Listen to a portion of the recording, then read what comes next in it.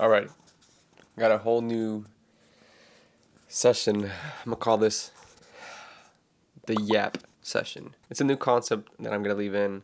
It's gonna be raw, it's gonna be authentic. Hopefully, I don't have a lot of cuts, but I will have cuts, most definitely. Adrian Pert is one of the most talented creators right now, and he is killing the game. Let me tell you, I believe his Instagram bio or description says content make to help you make better content or something like that. Simple. And I'm like, that's such a simple thing, but he just the way that he does it, the way that he makes his videos and his storytelling, it's out of this world. But this got me wondering. He gained over 100,000 followers, and even though he now has 1 million followers on Instagram, on a recent podcast interview, he said this. I don't advise anybody to quit their job. I believe you can still bet heavy on a thing without sacrificing your 9 to 5. And I have a lot of respect for you that you've done that and put your 9 to 5 on hold for you to build your 5 to 9. But I truly believe the 5 to 9, if you sacrifice other things and not create solely off of needing to make a means to an end, which is paying your bills, it's more fruitful that way, which is why you still accept jobs, which is why a lot of creatives still accept jobs, because creating should be free. I quit freelancing for a 9 to 5. It definitely does feel a little weird, but not going to lie, it feels good to have some stability. I feel like exactly. I feel like we've romanticized the concept that quitting your job to freelance is the only way to become a creator or have freedom. And that's why I agree. I agree with Adrian Purr with what he's saying, because it's not really about quitting, it's more about opening your eyes to better opportunities. Some are successful in freelancing, and honestly, props to you guys that who are successful or at least are trying to be successful. Shout out to you guys. But some of us, or at least I believe that most of us try, but we end up asking ourselves, is this really all that we have to offer? And is this a place where I want to be for the next 20 to 30 years of my life? It's tough. And even if you make it, and even if you are successful, when you freelance, and this is what I believe, this is nothing against whoever is freelancing in this current moment in their lives. But when you freelance to pay your bills, you start taking gigs. You might have thought, yeah, I'm not going to be entering that field, but you end up going into that field just because of extra bucks in order to keep the lights on. And by taking those gigs, which might be important, right? Because you have to pay your bills, but it's soul sucking gigs that you really don't want to do, but you have to do, and it drains the energy that you need for your passion. And also, freelancing can be so exhausting because nobody teaches or talks about this.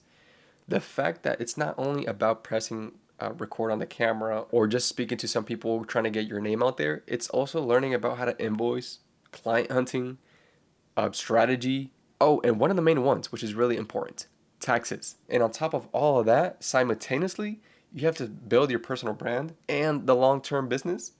It's crazy. But in reality, when you're freelancing, you think that you're being very productive, that you're doing a lot, and that you're pushing content out there in order to get more clients.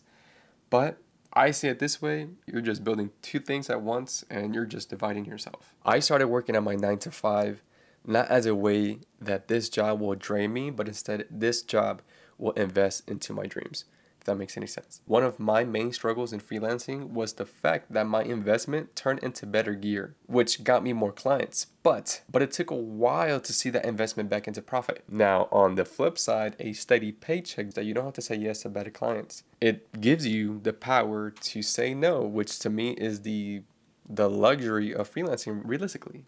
The power to say no and yes, not having to say yes all the time. I think it's best to use the 9 to 5 to sharpen skills such as professional habits. It could be communication skills, maybe perhaps project management or technical skills, whatever it is, whatever the case may be. And although it might be a little sucky at first because it's going to be for someone else, somebody else's company, but hey, at least you're learning, right? And getting a steady paycheck, which is what this video is all about. Having a soft switch is so important to me because I came from a background where my parents used to have businesses for many years. Ever since I used to live in Puerto Rico for when I was 11, 12 years old, they've had a business. In Puerto Rico, they used to have a tourism business, and then whenever we moved here to Texas, they had a remodeling slash flipping homes business.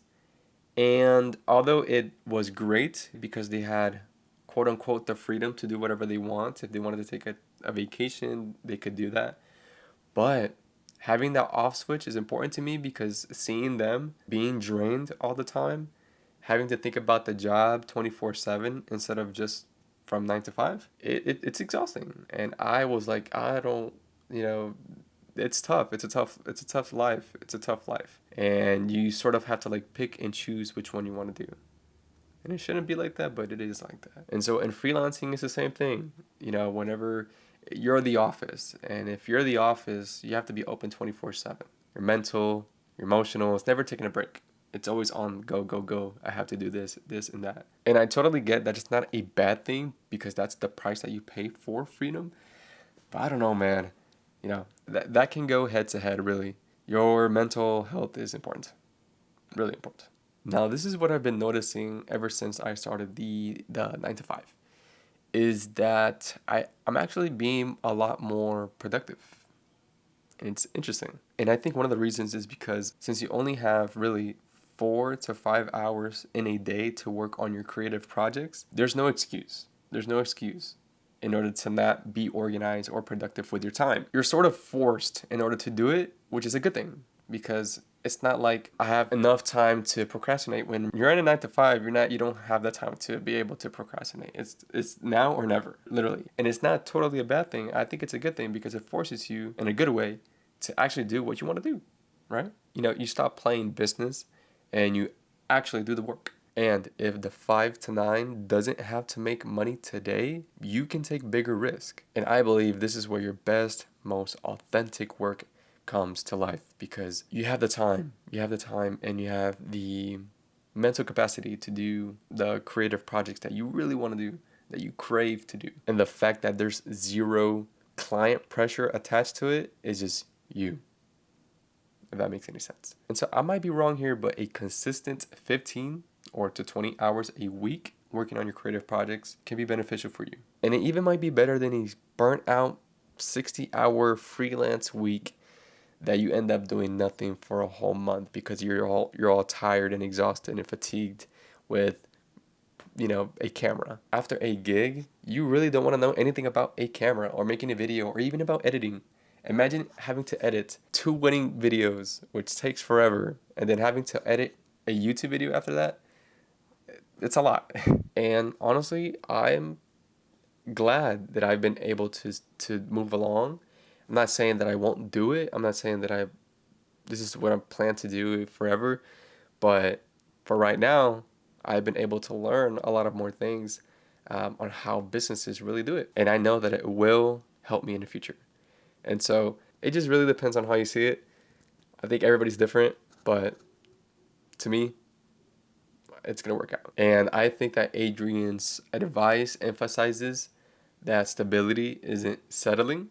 It's more strategy instead. The fact that he says that if your 5 to 9 ever grows more than your 9 to 5 and you feel comfortable enough to let that go, then do so. But if it's not like that, what he says, I'd rather have the 9 to 5 to have that stability because it's hard. It's hard on the freelancing world. And so, in other words, in conclusion of this video, you shouldn't jump the bridge until the bridge is completely built. Or not completely built, but maybe 3/4 built. All right. So let me know what you guys think in the comments. It's not quitting on your dreams, but maybe not participating in a broken system that gives you constant anxiety. It's about giving your dreams a stable ground that they truly deserve to grow. I know this is more of a yap video or yap session. It's one of those videos, but I might do more of these. So let me know also in the comments. But with that being said, be happy, be creative, and do you.